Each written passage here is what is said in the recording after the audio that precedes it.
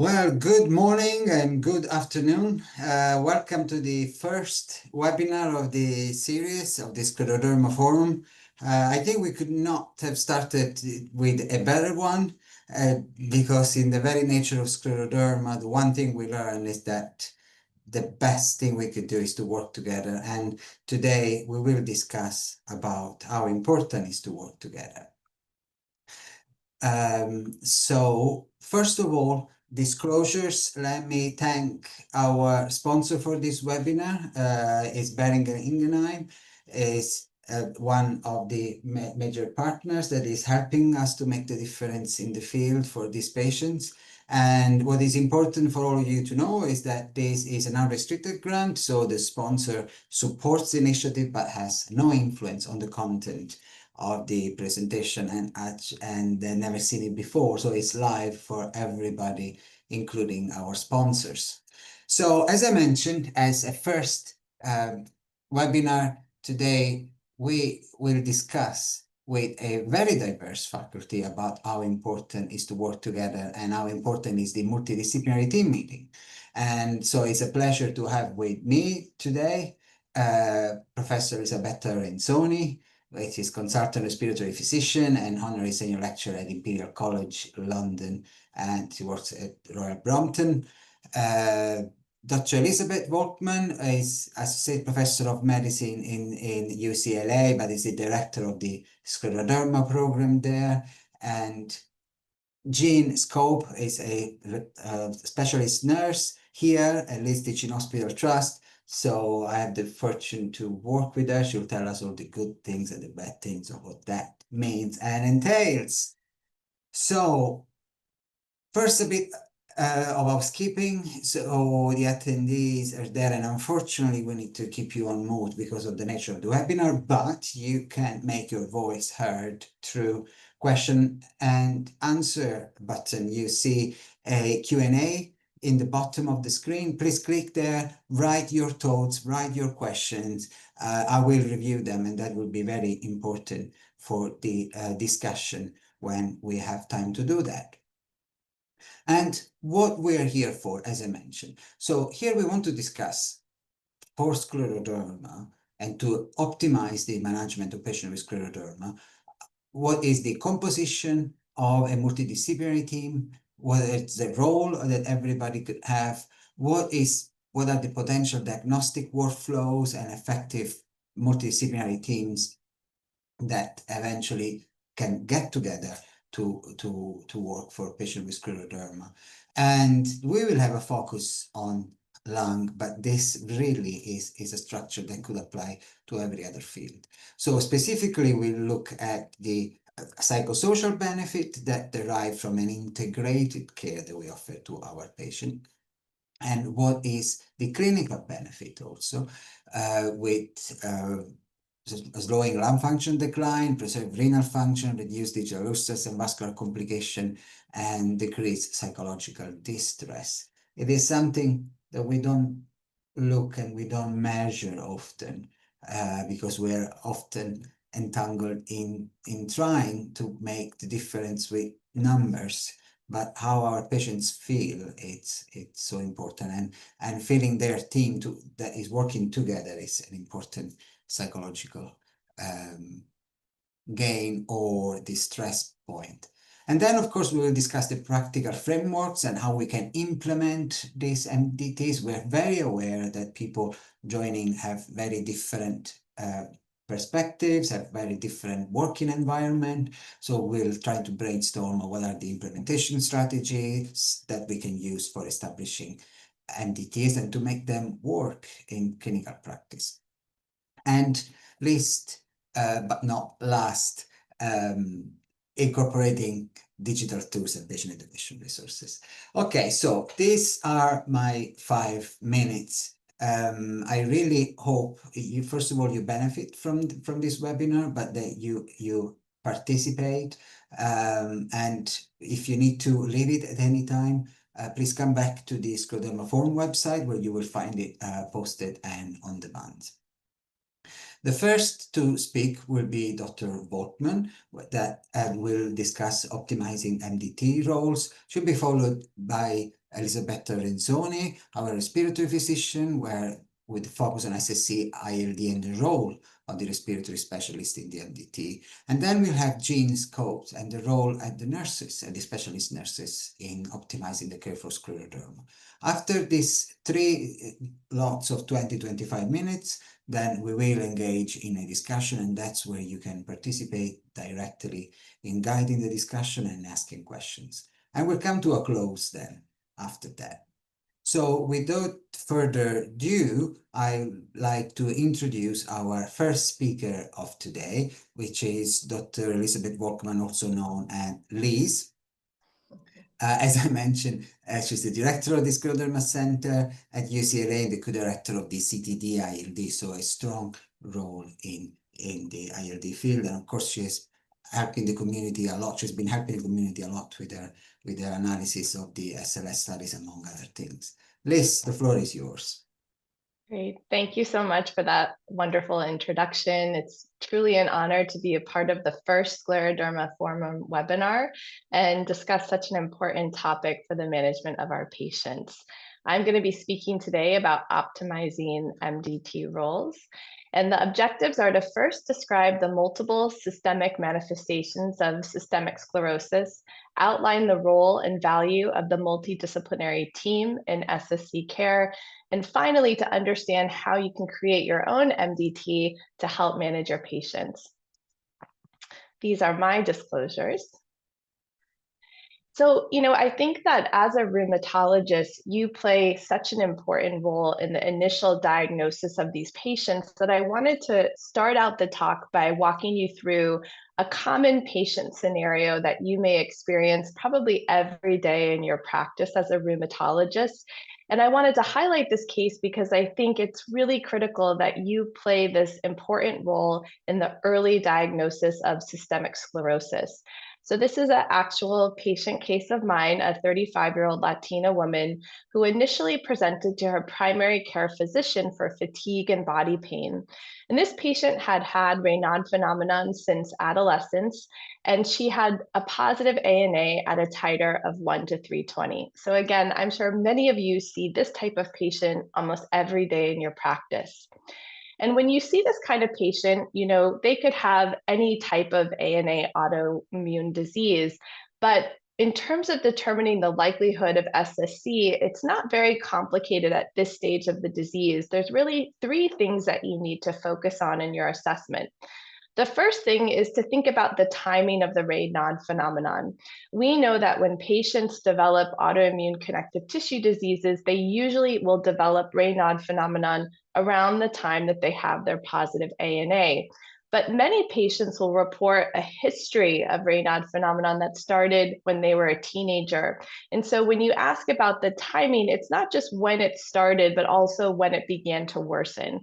Because if a patient has long-standing Raynaud phenomenon, but eventually develops systemic sclerosis, there will be some worsening of the Raynauds that happens as they begin to develop systemic sclerosis. And this could be the Raynauds used to be kind of a nuisance in the winter, but now it's something that bothers them on an everyday basis and is associated with a lot more discomfort, such as numbness or tingling in their fingers.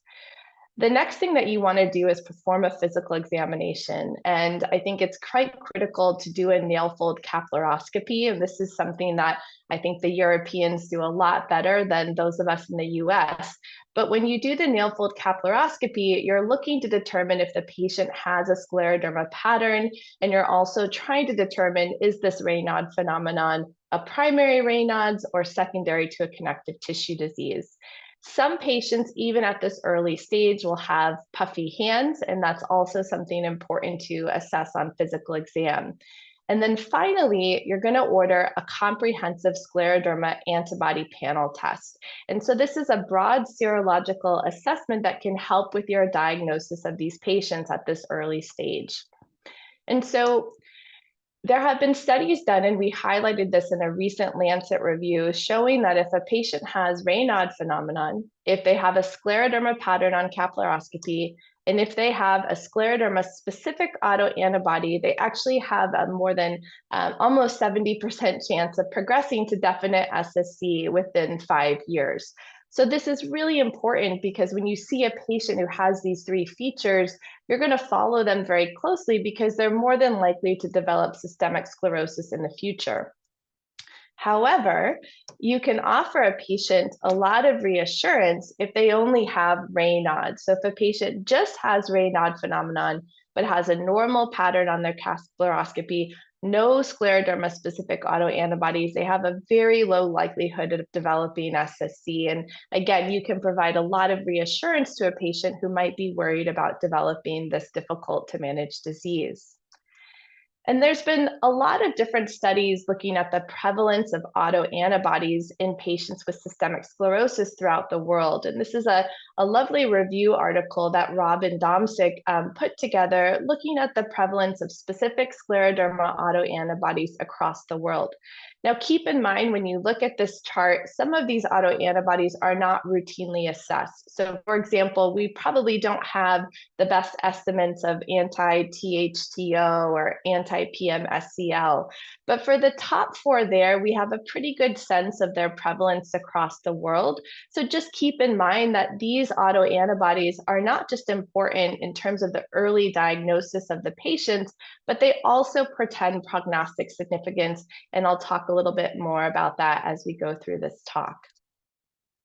There's a flow chart that's been proposed for diagnosing very early systemic sclerosis. And so, as I mentioned, you might have a suspicion for systemic sclerosis if a patient has Raynaud's, if they have puffy fingers, and if they have an anti-nuclear antibody.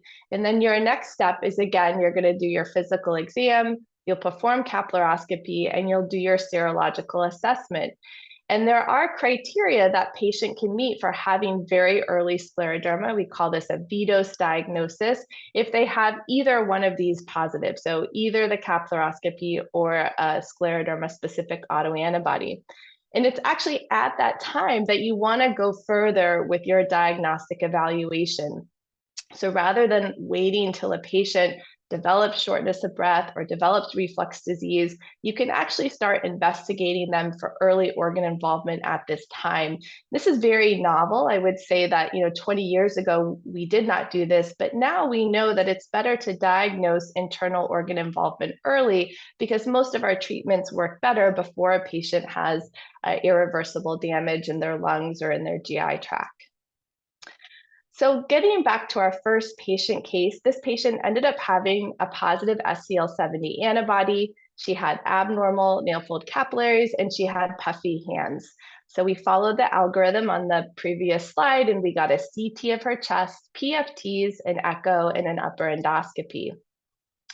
And her CT here shows that this patient has early interstitial lung disease. So typically what we see in ILD, and Dr. Renzoni will go through this in more detail with you, but we typically see an NSIP pattern of fibrosis where patients will have some ground glass opacities and sometimes some reticulation early in the disease. This patient had a normal forced vital capacity or FVC, but keep in mind when you see a patient for the first time where you diagnose scleroderma, you usually don't have access to historical pulmonary function testing. So it's quite possible that this young woman had an FVC that was much higher, maybe even a year or two ago. The DLCO was also a little bit low, 79% of predicted, and very fortunately, there were no abnormalities on this patient's echocardiogram or upper endoscopy. So where we thought this patient had very early systemic sclerosis, in fact, when we did these other investigations, it turns out this patient meets classification criteria for definite SSc, even at this early stage. And so these are the criteria, and I've just starred the ones here that are representative of having very early disease, either based on the Leroy-Metzger criteria or the VIDOS criteria that's more commonly used now. You have to have a score of 9 to be diagnosed with SSc. And so this patient meets that criteria for having puffy fingers, abnormal nail fold capillaries, ILD, as well as an SCL70. Please note that this patient didn't even have skin thickening at this stage, and you can still make a diagnosis of SSc without that common physical exam finding. So what is the role of the MDT? So you as a rheumatologist play this critical role in making the early diagnosis of this disease. But the next step is to really determine, how do I put together the best team to care for these patients? Because it really takes a village to help support these patients on their journey with scleroderma. And when I look at, a patient with scleroderma, I know that there's a myriad of different clinical manifestations that occur. And I want to make sure that for my patients, I have all the right specialists on board from the very beginning. So in addition to, hand swelling and puffiness, patients can get lung involvement. Most patients will get GI involvement, renal involvement can occur. Raynaud's is present in the majority of patients. Cardiac involvement can also occur, as well as myopathy or even overlap myositis, as well as arthritis. Calcinosis can occur. Patients obviously can have skin thickening and color changes and digital ulcers. And there's even other manifestations, but these would be the most common that you'd want to look out for. So let's go through our second case, which will help us put together this MDT team in a practical way.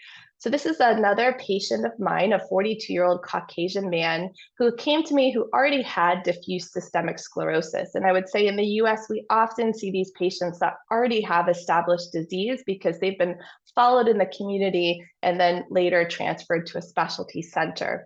He was found to have a positive RNA polymerase III, and he had ILD on CT, a very limited extent, only 5%. So when I look at a patient with scleroderma who meets these criteria, I try to look at their demographics as a sense of trying to understand how quickly their disease will progress. So we know that men with scleroderma are more likely to have diffuse skin disease and ILD than women. They're also more likely to have progressive ILD, and this has been shown in both observational studies as well as clinical trial cohorts. We know that older age is associated with progressive ILD and early mortality.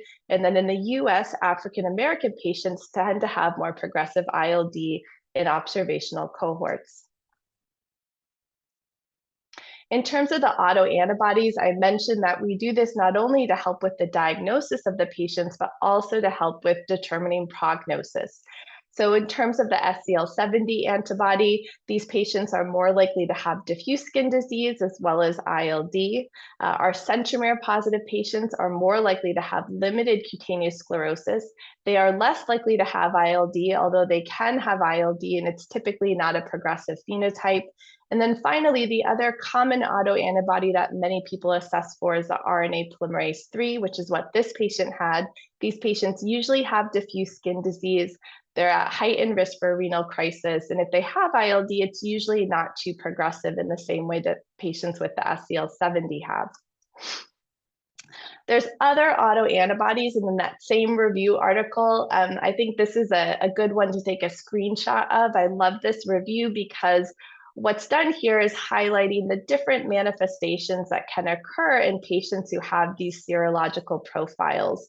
And so in the review, they've divided things into diffuse and limited disease, but also this nice category here of overlap.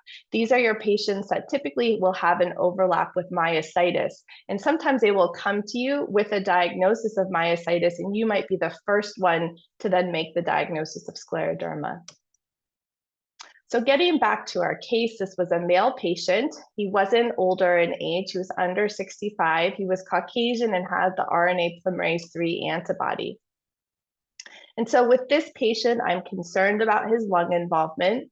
I know he's going to get GI issues, and he already has diffuse skin disease, and then he is at risk for renal crisis. So when I'm thinking about, monitoring for this patient, I'm going to recommend that he monitor his blood pressure on a daily basis, because we know that as the blood pressure starts to rise, this could be a sign of early renal crisis. I'll see him every 3 months in the clinic and do a skin score, which we call the MRSS, a history and physical. We'll also get pulmonary function tests every 3 months, labs, and then a CT and an echo every year. And the CT I like to do because early in the course of the disease, sometimes it's hard to ascertain trends in our PFTs, and the CT can provide more information. So I'm also at the same time going to start creating this very personalized MDT for this patient. And so as you, the rheumatologist, you can think of yourself as a primary coordinator or the quarterback for the team, but then you'll probably involve a pulmonologist. Even though this patient has a limited extent of ILD, I can't tell you enough how much we benefit from involving the pulmonologist in the care of these patients. And again, Professor Renzoni will go through this more, but they not only help with the management of the ILD, but these patients can develop pulmonary infections, they can develop pulmonary malignancies. And so I find it most helpful to get the pulmonologist involved early, so that way the patient just has the most comprehensive care for their lungs from the very beginning. And they're known to these physicians. If you wait until a patient progresses, till they need a lung transplant, it's kind of too late to bring in a specialist. You really want to bring them involved early. I will probably have this patient also start seeing a gastroenterologist, because over 90% of patients with scleroderma will have GI involvement. And then if the patient does develop renal crisis, we often manage this on our own, but again, you could involve a nephrologist in this aspect of their care as well. So the value of the MDT in terms of ILD care, it's really important because they will include not just the pulmonologist and rheumatologist, but you'll also involve radiologists as well as pathologists. And then other participants could include respiratory therapists, psychologists, social workers. And there's a number of benefits of the MDT. So studies have demonstrated that you can increase your diagnostic confidence by refining a provisional diagnosis, increase your diagnostic precision, as well as you have enhanced inter-observer agreement. And I find that the MDT is not only essential in diagnosing the ILD, which is usually not too difficult if someone has established systemic sclerosis, but I also call upon them anytime I'm making a treatment decision, because sometimes it's not so clear if a patient is responding to treatment or not. So you can use the MDT across the journey of an individual patient and not just for the diagnosis. So how would you go about creating your own MDT? And this is the last part of my contribution to this webinar. I think there's a lot of ways you can do this, even if you don't practice at an academic center. So what you first want to do is identify specialists that you have in your area with some kind of interest in systemic sclerosis. So all of us have probably had the experience of maybe sending a patient to a gastroenterologist who's just interested in doing procedures, but not really following up the patient. You want to find those specialists in your community that have an interest in scleroderma, that are not just going to see the patient one time and do a diagnostic test and then send them on their way. You want to find someone who's interested in following the patient in the long term, because your hope is that this patient still lives a long life despite having scleroderma. I think the core specialists who you will need to engage with in most of your patients are the pulmonologists, potentially cardiologists, as well as gastroenterologists. So if you were to try to find, a specialist in each of these areas, this would tremendously help how you care for patients with scleroderma. And you want to make sure that you can get a hold of these people. So even if they're not part of your electronic medical record system, you want to be sure that you can, call them on the phone. So see if they'll give you their cell phone number or exchange emails.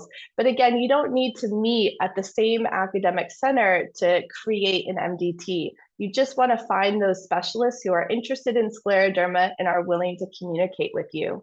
Because I will tell you, the patients know when their different doctors are talking to each other and when they're not.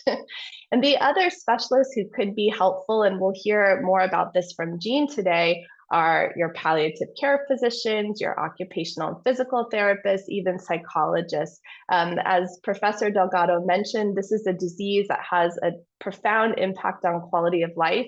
And there's no way as the rheumatologist that you can address every issue going on with the patient. And I think it's helpful to have, like I said, a whole team taking care of your patients.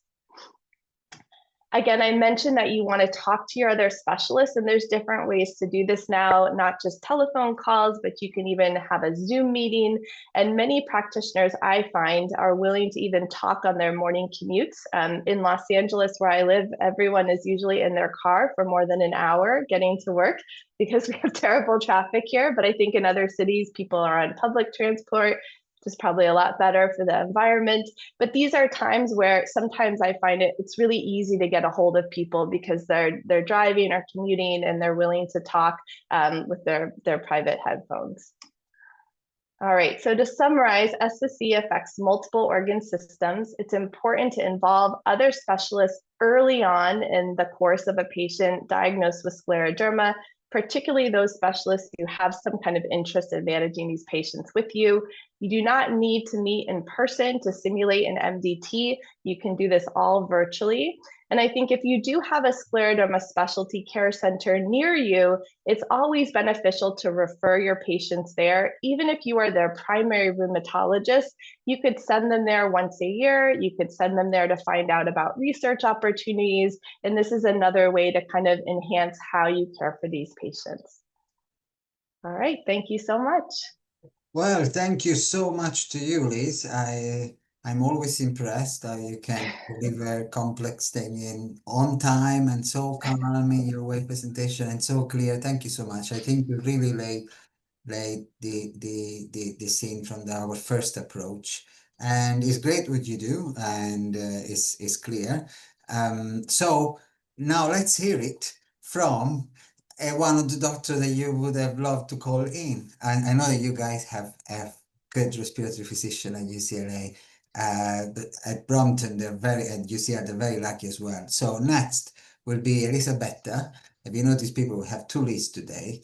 So that will tell us about the role of the respiratory physician. And Elisabetta is not just any respiratory physician, has been, besides her interest in ILD, has a specific interest in scleroderma ILD, and she has been dealing with a lot of rheumatologists, including me. And so she will know the ups and the downs and what worked and what did not work. So Elisabetta, the floor is yours. Thank you very much, Francesco. It's really a pleasure to be here for this first Scleroderma Forum. And as you said, I'll be talking about the role of the MDT in managing patients with SSc-ILD. These are my disclosures. So we know that ILD over the years has become the most frequent cause of death in these patients, so particularly important to manage well. And even though it's the main cause of death, there's a wide variability in the severity of the disease. So most patients will have some interstitial involvement, but this can go from very limited, as you can see here in the upper panel, with only a little bit of ground glass peripherally, posteriorly, to quite extensive, as in the lower panel, extensive ground glass changes with traction bronchiectasis, suggesting there's also established fibrosis. As in this example, by far the most common pattern is NSIP, but you can also have other patterns such as UIP. The rate of progression is also variable. So there are some patients that decline, and fortunately they are the minority, but they can decline very rapidly, very rapid falls in their FVC, as highlighted with the dotted red line. Other patients will decline more slowly, often with periods of stability, interspersed with periods of progression, but a large proportion of patients will remain stable or even improve a little bit. So it is quite important to look at longitudinal changes and try and predict longitudinal changes in these patients in order to manage them as best as possible. And then, as Dr. Volkmann has also alluded to, patients with SSc also can develop pulmonary hypertension, which is relatively frequent. In scleroderma, it impacts breathlessness as well as gas transfer measurements, or DOCO, and it is the second most frequent cause of death after ILD. there are some clues that can suggest to you that the patient is developing pulmonary vascular and ultimately pulmonary hypertension. So these will be patients whose breathlessness is disproportionate to what you would expect from the extent of disease on ILD, on CT. They will have a markedly reduced gas transfer compared to FVC, as long as the patient doesn't have emphysema, and I'll come to that later. They will have marked oxygen desaturation on exercise, raised BNP levels. This only occurs when you actually have pulmonary hypertension rather than only pulmonary vascular involvement. And then echo features suggestive of pH. And when you have one or more of these clues, you will be moving towards referring to a pulmonary hypertension specialist, performing a right heart cath, etc., in order to accurately diagnose pulmonary vascular disease and pulmonary hypertension. So as Dr. Volkmann was alluding to, there are several roles of the MDT. The first one is in staging the severity. So first of all, is there an ILD? Is it fibrotic? What's the ILD pattern? And this is the simplest, and you probably wouldn't need an MDT just for that. How severe is the ILD? Already more complex, because you have to integrate what you're seeing on CT with lung function impairment. And because SSc is a multi-system disorder, there may be other disease processes that are affecting the lung function. And so there are a number of things that needs to be taken into consideration. Is there pulmonary hypertension, as we've said, but also there could be diffuse skin disease, which is leading to extrapulmonic restriction. That can also be seen in those patients that have overlap syndromes with myositis, which would also lead to extrapulmonic restriction. Pleural disease, particularly pleuroparenchymal fibroelastosis, or PPFE. And then heart failure will also impact your lung function parameters. And so MDT discussions, together with the rheumatologist, the pulmonologist, the radiologist, can be very useful to integrate lung function tests, CT, and clinical findings. Also, MDTs can be very useful to assess progression, and it can be difficult in a disease that is usually only slowly progressive to be sure that progression has occurred. Sometimes you see progression on CT, but not on lung function, and vice versa. Sometimes the progression is marginal. On CT, you will, if there is progression, you would see more extensive ILD, coarser fibrosis. You could see more severe traction bronchiectasis or the development of honeycombing. In lung function, you will be more convinced of a worsening if there is more than one parameter that has worsened. And usually the ones that we look at the most are forced vital capacity, or FVC, and the gas transfer, or DOCO.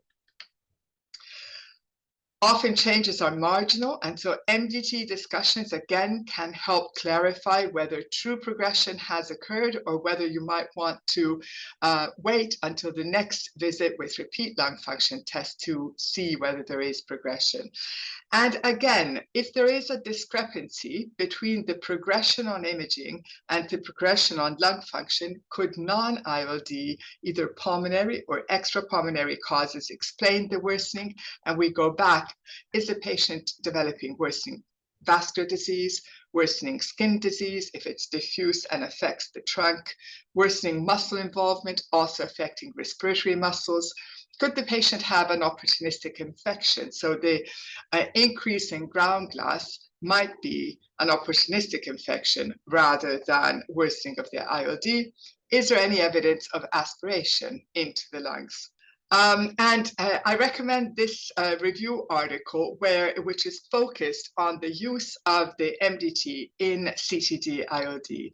And there are three typical patterns of lung function impairment that we can see in SSc-ILD. There can be others, but these are the most frequent.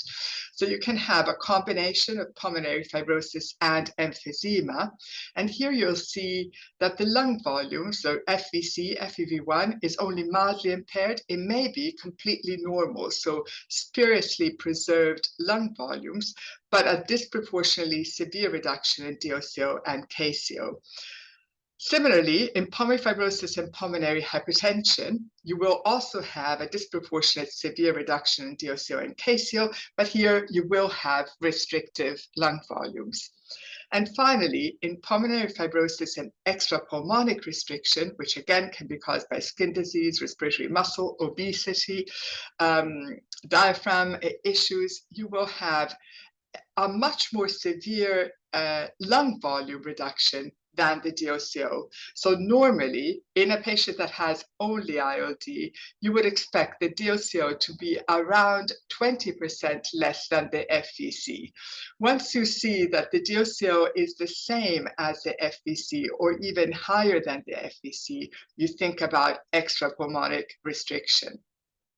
And I just have a few examples, an example for each of these. So this is a 71-year-old woman who we're looking after with scleroderma and limited skin disease. She's also an ex-smoker with a 30-pack year history.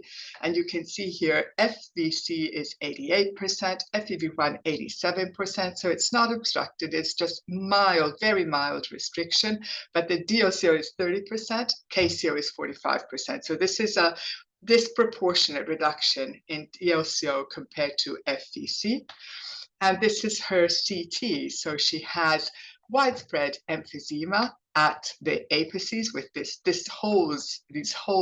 black holes in the lungs.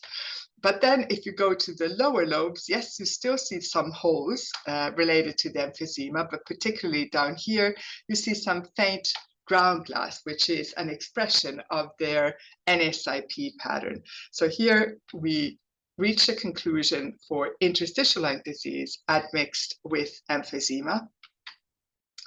This patient instead is a 70-year-old man. He's got mixed connective tissue disease and scleroderma features. Pulmonary hypertension was diagnosed, confirmed on right heart cath with a mean PAP of 38 millimeters of mercury, so quite significant. And again, you have FVC that is 72%, but a DLCO that is 30%. So there is some restriction, but again, a disproportionate reduction in DLCO. And this is the CT. This patient also had some cysts, likely related to an element of LIP, but then also a fibrotic, probably NSIP at the bases. And then finally, a 33-year-old woman with diffuse skin involvement. And here you can see the DLCO is 49%. KCO, if anything, is supernormal, and FVC is even lower a little bit than the DLCO. And immediately you know that this is not only the ILD that is causing this issue. And in fact, if you look at the extent of the ILD on CT, yes, it is significant. And I can't show you all of the CT, but it was not sufficient to explain a reduction of FVC of 47%. And she had been suffering from a dramatic worsening in her diffuse skin disease, especially around her trunk, which was causing most likely this extrapulmonic restriction. The other issue where MDTs can be helpful is to discuss treatment. And first of all, when you're thinking about management of patients with SSc-ILD, the first question is, do they need treatment and what for? Is it for mainly extrapulmonary features because they have very limited ILD, which you think might be stable? Is it because of the interstitial lung disease based on its severity, or has it progressed, or do they have early disease, or do they have other risk factors for ILD progression? Or, as often happens, is treatment needed for both ILD and extrapulmonary features because there's either active joint disease, worsening skin disease, cardiac involvement, or GI involvement? And so it's important, however, when we're discussing a patient at the MDT, to clarify which is the main driver of treatment. The discussions with rheumatologists are, of course, crucial, and then an agreement on the best approach for both types of involvement. We have quite a few drugs now that have been shown to be beneficial in SSc-ILD, both immunosuppressive and also antifibrotics. We won't go through these, but just to say that having more choices is, of course, great, but it becomes more difficult to choose the right drug or drugs for the right patient. So MDTs can provide a way to combine the views between respiratory and rheumatology professionals.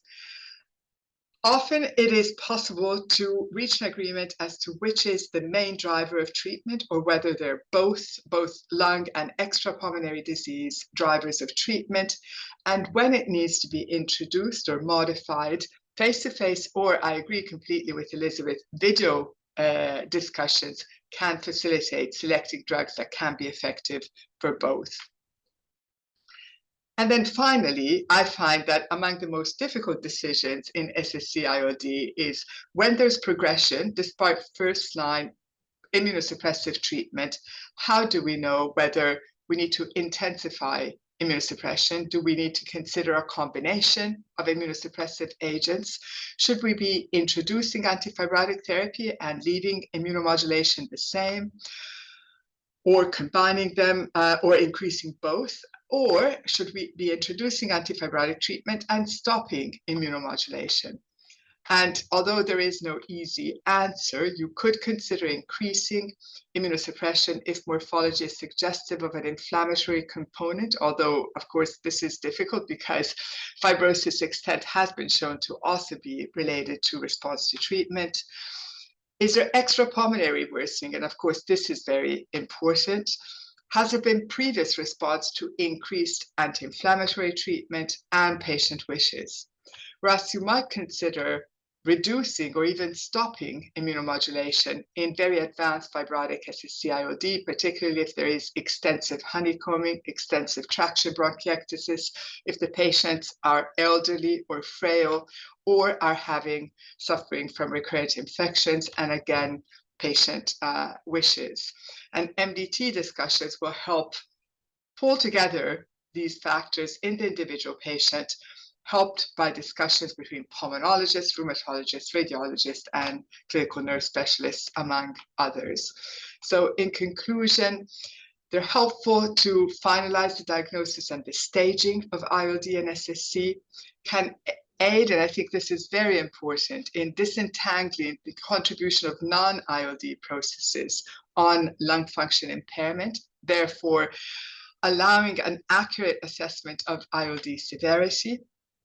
They also allow discussions between rheumatologists and pulmonologists in formulating a treatment strategy and clarifying what is the main driver of treatment, what is the best treatment approach when both systems need treatment, and in cases of progression on first-line treatment, what do we choose between what is increasingly an increasing array of agents. And of course, in all cases, we need to integrate patient priorities and wishes. Thank you.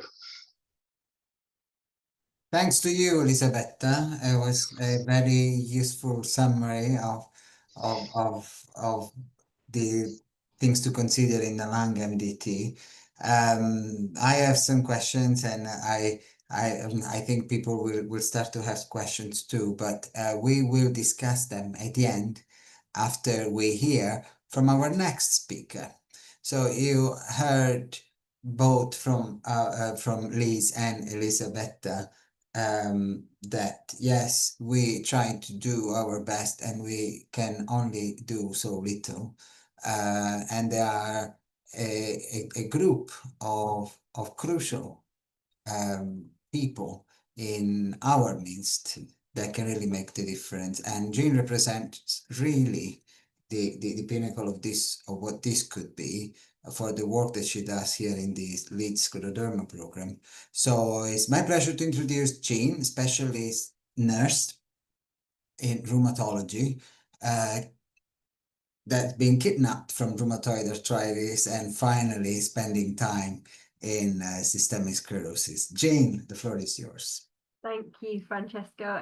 It is a pleasure to be joining you, and those were wonderful presentations. Thanks. I've learned a lot already. So I am, as Francesco said, I'm a rheumatology nurse in Leeds, and we cover the whole gamut of rheumatology as a team, but we each take a subspecialty, and I look after our connective tissue disease patients, particularly the scleroderma patients, for whom we have quite a number in the department, despite it being quite an unusual disease. So it's a privilege to look after those patients. I'm hoping to look at not just what the nurses can provide, but looking at the wider allied health professional team as well, for whom we have an amazing department in Leeds. And so I need to give credit where it's due and identify the specialist things that they can do. I also want to look at it in two parts. There's the way that nurses can take a weight off some of the doctor responsibilities. So we like to be helpful. We like to do medication management and just try and take on some of those roles that would otherwise just clog up time in the clinic. But then there's also the more specific things that we think we specialize in. It's what our training has led us to, and often we find that patients are sometimes more willing to engage with the nursing team on those on other issues. So I'll look at both of those things. I'm going to cover these areas, and I like to think we have a lot to offer in all of these areas, but I'm going to just pick out a few things from each of them to talk about specific to scleroderma, about where I think it would be really valuable to have nursing input in these areas, which may require departments to allocate time and fight for time to make that happen, which has certainly needed to be the case for us. So starting with disease education. So we know that disease knowledge, particularly non-pharmaceutical management of scleroderma, is one of the unmet needs of this patient group. They have identified that about the nature of the disease progression, but also what they can do to help with their disease. And a Dutch study in 2020 found that 39% of their patients didn't know what subset of their disease they had. And so we know that whilst we're very good at explaining to patients what's going on in the moment, what particular manifestations they've got and what we plan to do about it, we're not great at the umbrella overview. And so I think it's really valuable that at the beginning, when patients first receive a diagnosis, they have some allocated time for disease education, whether that's in a cohort, so a group session, or whether it's a specified appointment for which that is the particular purpose. And the content of those teaching sessions needs to be curated by the multidisciplinary team, so that we're covering all of the essential stuff, we're giving out accurate information, and also so that we can field some of the more difficult questions that are likely to come. It's definitely the case that patients will come from a medical appointment and ask, so what's my life expectancy because of this? And obviously that varies from patient to patient, and that has changed dramatically over recent years for scleroderma patients, but it does vary depending on their disease subset and their current manifestations. But that's often the question that they ask. So we need to be ready for those questions. And we also need to know what we've got available in our region.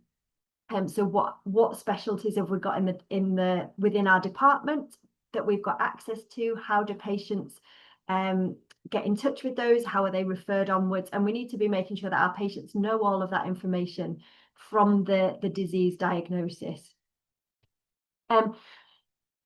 Within that, as it says on the slide, we want to make sure that we're aiming our information correctly, because we'll have some expert patients who are scouring the Scleroderma forum and looking at the academic studies and the RCTs, and we'll have others who really don't want to be hit with that much information. And so we've got to be assessing how much do they need to know, how much do they want to know, what format is it best, what language is it best in, are they wanting to look online, are they better with a paper resources, So we need to be weighing that up. And so the nursing team can take some of that burden. We can provide disease education. And I think we have to fight for specific time in which to do that because it's so valuable. So the next area that we can help with is medication monitoring. We can do the very basic things. We can do drug education, we can do blood monitoring, we can do repeat prescribing, but it's never that straightforward. So it's never just giving them a medication, telling them the potential side effects and sending them away with instructions, because there are so many questions that come up. Lots of patients have huge reservations about being on any medications for life, which most of these drugs would be for life if they're tolerated. And so there's big conversations to be had about what those reservations are, what's the basis behind them, what's the alternative, ensuring that they're making a balanced decision, an informed decision by knowing more about the potential results of their disease if they are not on medication, but also weighing that up against the side effects. There's also the very practical things of blood monitoring every 2 weeks can be incredibly inconvenient, especially if you have to struggle to make appointments or you have to wait a long time. So knowing what's available locally so that we can point people in the right direction for those services is really valuable. Just to pick out one in particular, so we have recently had a number of patients who we have started on nintedanib, which has been used widely in respiratory or relatively widely in respiratory and antifibrotic medication. And we are starting patients on it in rheumatology in Leeds. And this medication has quite significant side effects, but it also is essential or life-changing for those who are able to tolerate it. It has specific requirements. It's supposed to be taken 12-hourly with a small meal, not just a snack. And we know that it can cause nausea and vomiting and diarrhea with associated weight loss. What we spent some time working with our respiratory specialist nurses who are quite familiar with this medication and who have a really good system set up already. And we've tried to replicate that in rheumatology. So we try to make sure that when the medical clinics are taking place and patients are started on this medication, that we're available alongside so that patients can come straight to us before they take it home, before they try it and have problems with it, so that they can come and discuss things with us first, and we can try and equip them and prepare them for what to expect. We have found out that there's a little bit of flexibility in the 12-hourly interval, but there is pretty much no flexibility in the amount of food that you have to take with it. Now, that's an enormous change that's required for patients. It may mean that they find it difficult to eat with their family. It may mean that they have to get up far earlier than they would like to get up in order to make this work. And so it's going to require some discussion about the pros and cons, and also some formulating of ideas of how we can make this work.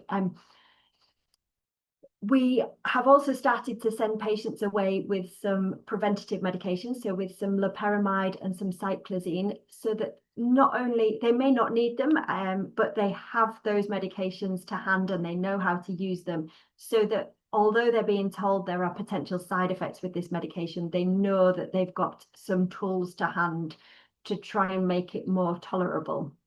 And we've found that is quite a reassurance for them. We've also talked about what we can do if they do have these side effects, and we try to see them within 4 weeks, because unfortunately, if this drug can be tolerated at all, it is really helpful for patients to stay on it, but that needs to be manageable for them. So we've talked about how to cope with nausea with small meals, with increasing the calorie content of those meals, just practical things like which foods can they have that have higher calorie content, adding cheese, using milk products, using supplements. And we've tried to facilitate our patients being able to stay on this for longer. And that's been, this strategy has been really helpful. And that's been particularly useful if we've been able to do it on the day that they've been prescribed it. And as I say, that helps if we're around alongside the medical clinic, and vice versa. If the medical clinic is running alongside our clinics, if we have any questions, that's one of the things that I think is most valuable about the MDT, is that we're available to support one another often in the same place at the same time for the nursing staff. Is a really valuable situation.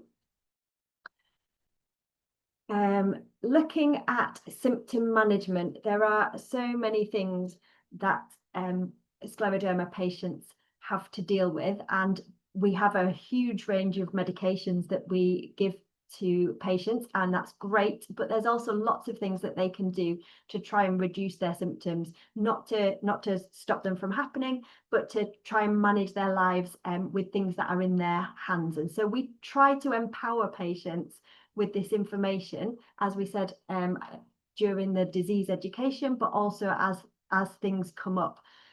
One of the most important things that they can do is to know how to use their diet, or how to modify their diet to deal with the symptoms that they're having, the GI symptoms. So we know that for reflux, patients need to reduce their fibre. With constipation, they may need more soluble fibre.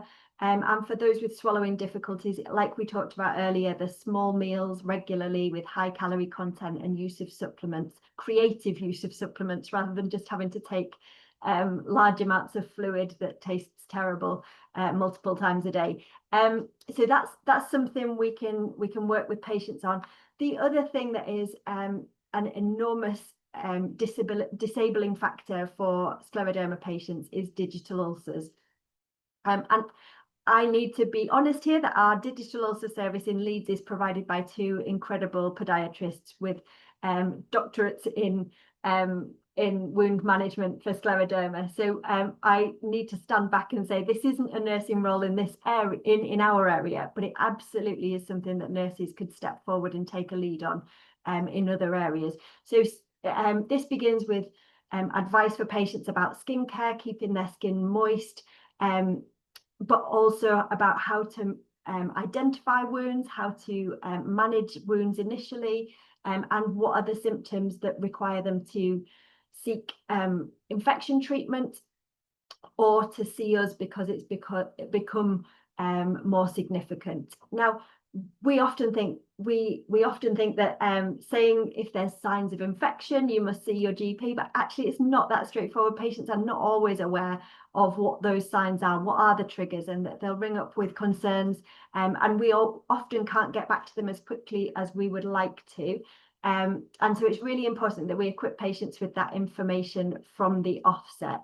As I said, digital ulcers are going to occur in 30 to 50% of our patients, and whilst the lungs may be far more significant in terms of mortality, in terms of morbidity, digital ulcers are very, very disabling. They're incredibly painful. We need to be making sure that we're providing them with adequate pain relief when these happen, but we also need to be providing them with self-management skills and a clinic to come to for expert wound management for these.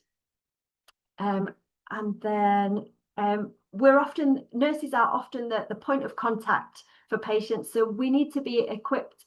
We need to make sure that our patients are equipped with the right contact details. We need to make sure that we have a triage system that identifies the red flags, particularly for digital ulcers, whether it's white or black fingers, and also that our patients know where to go outside of hours, and they often are passed to the nurse that knows them well, and that's really valuable for them. Now, having talked about all the physical symptoms, we also need to bear in mind that there's an enormous psychosocial burden to this disease, not just because it's an autoimmune chronic long-term condition, but it's also multi-system. And so, as we've talked about, they will be seeing healthcare specialists potentially in different departments, but also potentially in different hospitals. And that can just be so burdensome. It can make their lives so full of hospital appointments that it's hard to get on with life. And there are just so many things that they're juggling. And these patients are people who are trying to hold down a normal life. They may be trying to hold down a job. They may have a family with needs. They may be a carer for an elderly parent or for children. And so being aware of what they're juggling. Now, I think our medical team in Leeds are very, I think, hyper aware of this. I know that Francesco is really aware of the situations of most of his patients and often flags up those who are going through exams or having a difficult time. And that's really great. And so we want to support them in that as much as possible.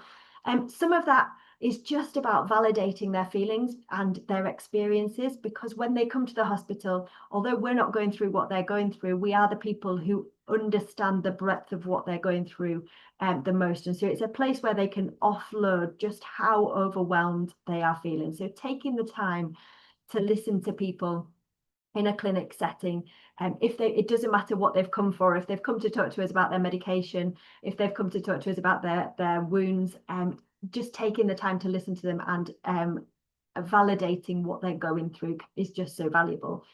We also know that relatives and employers particularly may have never heard of scleroderma and may have no idea of what the person in front of them is going through. So when it's relatives, we encourage patients to bring their relatives to their appointments with them so that we can include them, we can provide external validation of what it is that's going on, have the severity of their disease or the seriousness of their disease, and how it may be affecting them in ways that are not visible.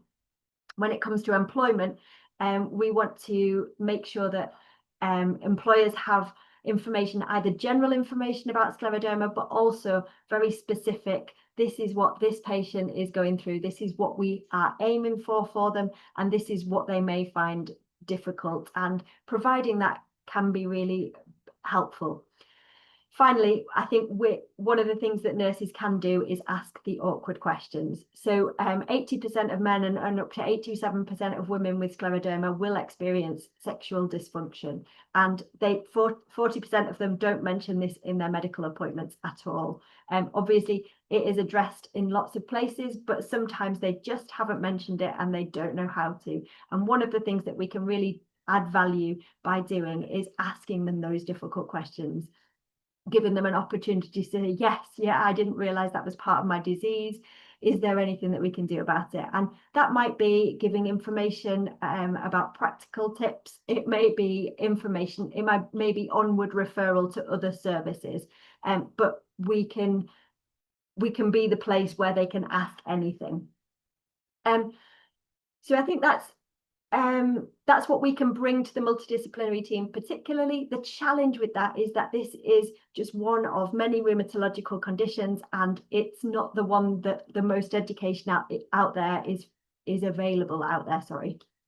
So one of the things we need to do is make sure that as a team, there is at least one person who is focusing on getting the information that's required about the different conditions and bringing that and cascading that down to the rest of the team.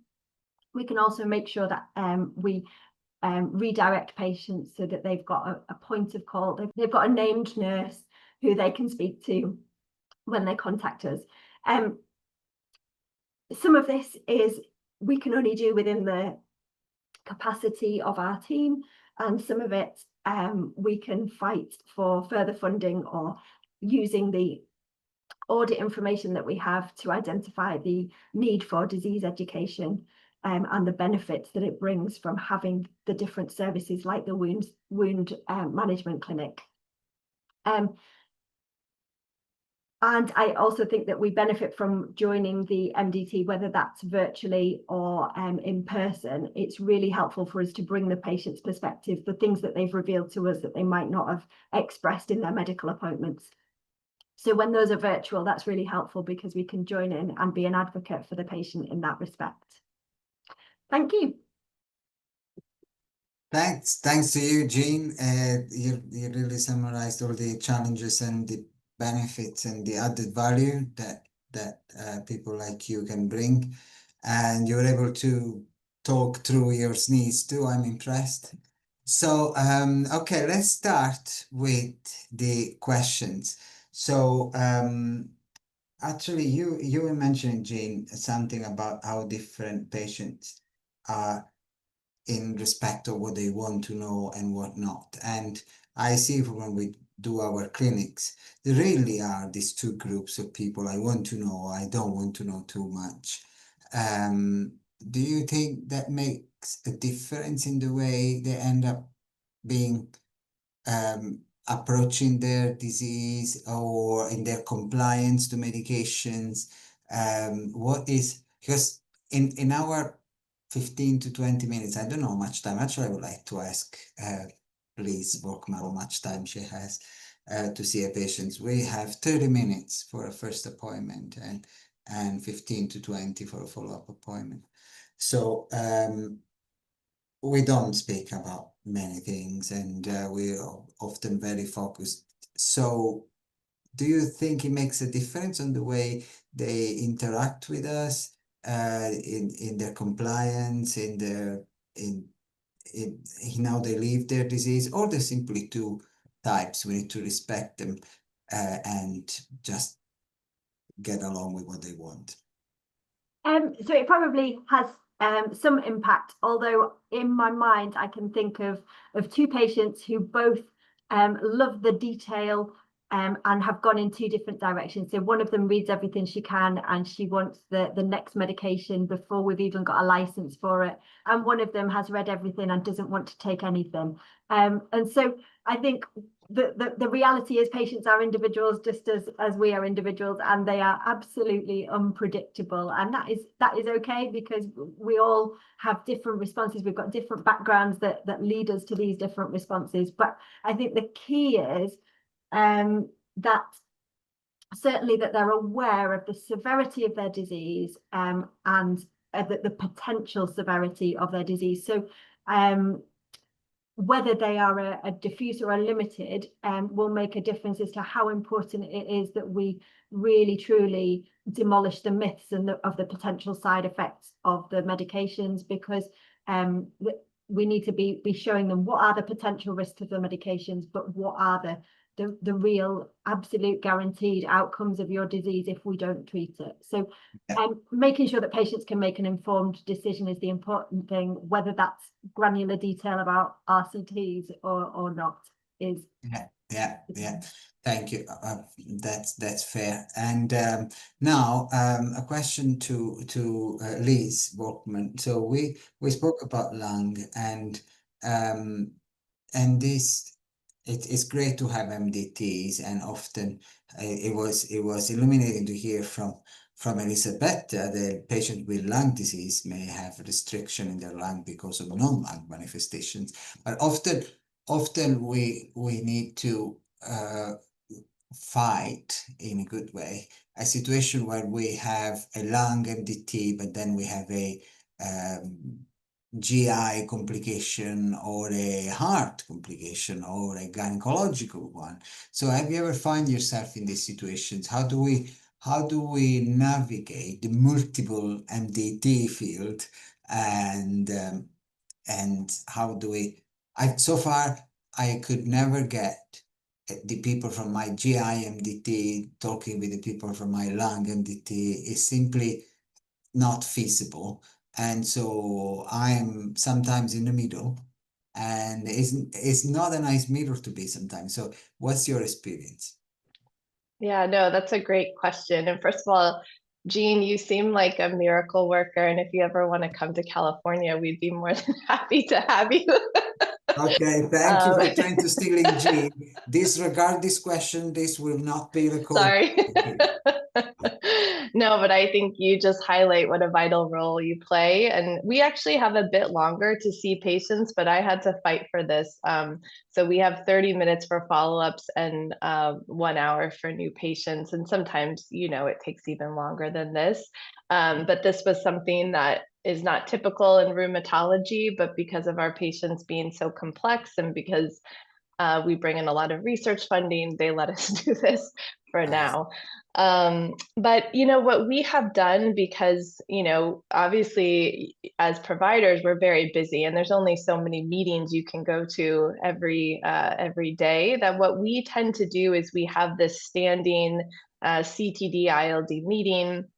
And then if the patient, let's say, develops lung cancer or they have a GI, you know, issue going on, we will invite that specialist to come to that meeting when we present the patient. And so that way we're still sticking with our same meeting time, but we will invite in people just as needed. And we actually give them just the time that they need to log on to Zoom. So they don't even have to physically be in the room, but we try to make it as easy as possible. And we'll say, okay, from 12 to 12:15, we're going to present this patient. You are the cardiologist, you know, please come at this time. And I find that that is the most effective way, because if we were to have, you know, separate MDTs for cardiology and separate for oncology, it would just become so burdensome. So that's one way we kind of have gotten around it. All right. Interesting. Yeah. Yeah, probably food for thought. And also people online, if you have other questions, please join in. I have now a question for Elisabetta, because you discussed about the extra pulmonary manifestation that can influence lung function, but lung involvement in scleroderma, it's more than ILD. And sometimes the bad ILD gets complicated with pulmonary hypertension and sometimes with pulmonary artery hypertension as well. So do you guys also decide about, at Brompton disease, about the pulmonary artery hypertension treatment? How do you, for patients that need both type of intervention and maybe they're going through a right heart failure, what kind of, how is the structure for your decision taking? Thank you, Francesco. And I really enjoyed all the the presentations and the questions and answers, and it's great to hear also how different centers deal with issues.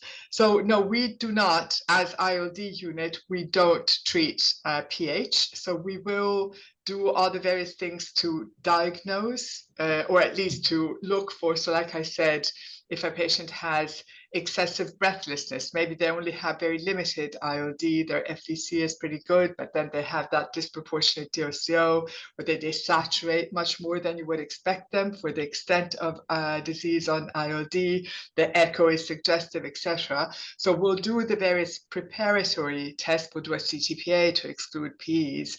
But then once we're pretty, you know, once we think that this is a patient worth further investigations, we would refer to the, at the Brompton, there's one of the national referral centers for PH, and they're pulmonary hypertension specialists, or we would refer to the Royal Free, where of course they have another national referral centers for PH.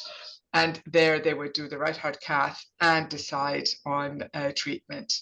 And then, of course, there's that whole difficulty of saying, is the pulmonary hypertension proportionate or disproportionate to the ILD extent? And do you treat the patient that has PH that is proportionate? And I think there's a lot of discussions about that. There haven't been great results from that. Certainly, there is data to suggest that if the pH is disproportionate or if it's PAH, then yes, you would treat. But this is then ultimately decided by the pulmonary hypertension team. I see. Interesting, is it? So we need an intra-lung MDT from PAH and ILD. Yes, we don't have it. We don't have an MDT with the PH team. We probably should. You know, just on talking about it now, I'm thinking, yeah, we probably should, but again. Yeah, there are not many patients, so maybe ad hoc, and then of course the cardiologist needs to be involved. Okay, so now one more thing for everybody, really. Of course, as you heard, Jean and I are running our clinics on a Thursday next door to each other. They are the 5 scleroderma clinics, and then there are the 2 to specialist nurse clinic. This clinic will not move to California and Leeds, will stay in Leeds. But sometimes Jean comes with questions, sometimes I go to her with questions. Sometimes she comes with a picture of patients that uploaded a photo to our portal, or they sent a photo, and then we discuss. And this is true for a variety of skin rash. Usually they're dermatological manifestations and digital ulcers. Do you guys do that? Do you have way to interact with patients, not directly, but through the portal, through images? So let's start with Liz. Yeah, no, absolutely. This is a big part of how we communicate with patients now. Is there's a thing called My Chart, where patients can go on and write us messages that come straight to an inbox, and they can upload photos.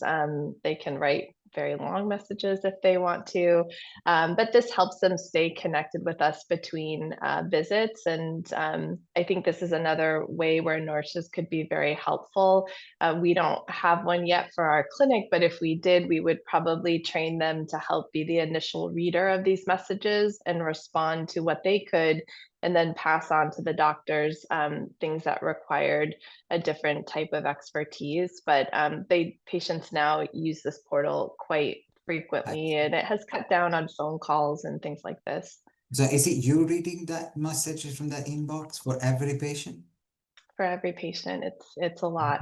Yeah, Oh, wow. it's a lot. And some physicians have sorted out ways to bill for this time. I have not, but it can be quite a lot of time. I probably spend 1 to 2 hours a day just responding to messages from patients. Oh, wow. Oh, Yeah. wow. So that's why if we had a nurse, it might help us. You know, there are other staff that can triage these messages, but they typically just forward them to us without doing any work. Yeah. Now, Jean is our first point of contact for all. That's great. Okay, and Elisabetta? Yes, I think we have a similar, so we've got a fantastic group of specialist nurses. Although unfortunately 2 are now on maternity leave or about to go, so we're in a bit in a panic situation. But I agree. I find having the specialist nurses, and they also interact a lot by phone. We also have Epic, so we have begun to get My Chart. Some patients that have My Chart, but many patients are still not using it. So we have the majority, and My Chart would come direct to me, but the majority of patients will still use phone calls. And every patient that comes to the clinic will say, you know, how helpful it is to know that they can pick up the phone and someone will get back to them. And then many times the nurses will deal with the issues directly, because it's either, you know, a chest infection or it's side effects. Do I reduce the medication? Is there a problem with the blood test? But then if there's a more complicated issue, then they will pass it on to us. So it's a great way for the patients to feel connected, to feel safe.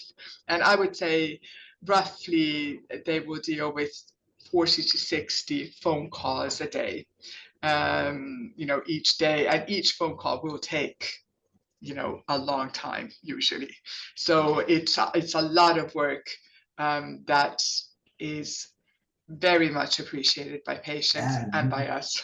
So because if you've seen the team that Jean has shown in her very first slides, that team handles all the inquiry lines, and we have 25,000 patients a year for rheumatologists here in Japan. So it's quite a big task. Of those, only 600 are scleroderma.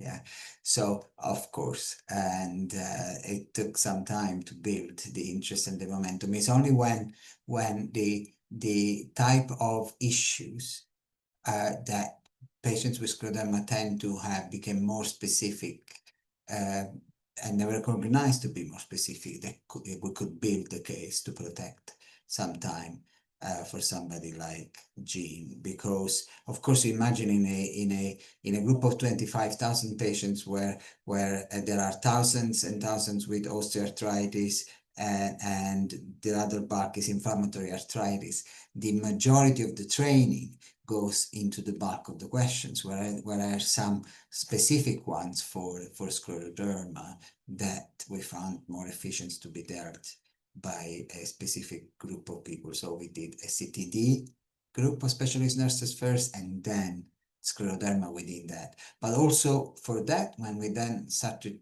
to be allowed to prescribe the antifibrotic, and here in UK it was only a couple of years ago that scleroderma centers could do that. We needed training from the specialist nurses of the ILD team, and that's what Gina has done. And because that, of course, is completely different scenario and setting from the drugs we are used to handle. So yeah, there is no end to that. And then we have a clinical psychologist that helps, and but there is really no end to that for when you want to use it. Yeah. Another thing, another member which we found helpful in the MDT, and of course we do not have a specialist SSc-ILD nurse, but the issues with the lungs are in common with other ILD patients, and particularly, I mean, patients with progressive fibrosis can tend to lose weight. And then, of course, if they're on an antifibrotic, a proportion of them will lose significant amounts of weight.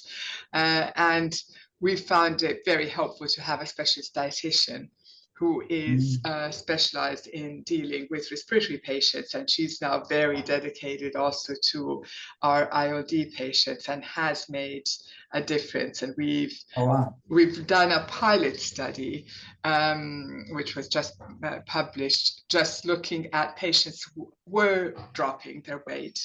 And it didn't contain only scleroderma patients, it was any patient with weight loss, whether or not they were on antifibrotic treatment.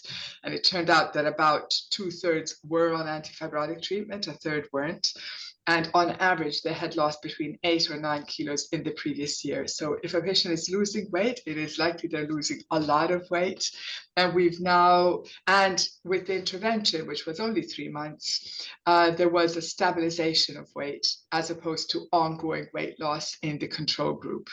And so, and now I always say to patients, you know, if you're losing, weigh yourself once a week. If you're losing weight, you know, when they start antifibrotics, let us know sooner rather than later, because some patients were arriving after having lost 10 kilos.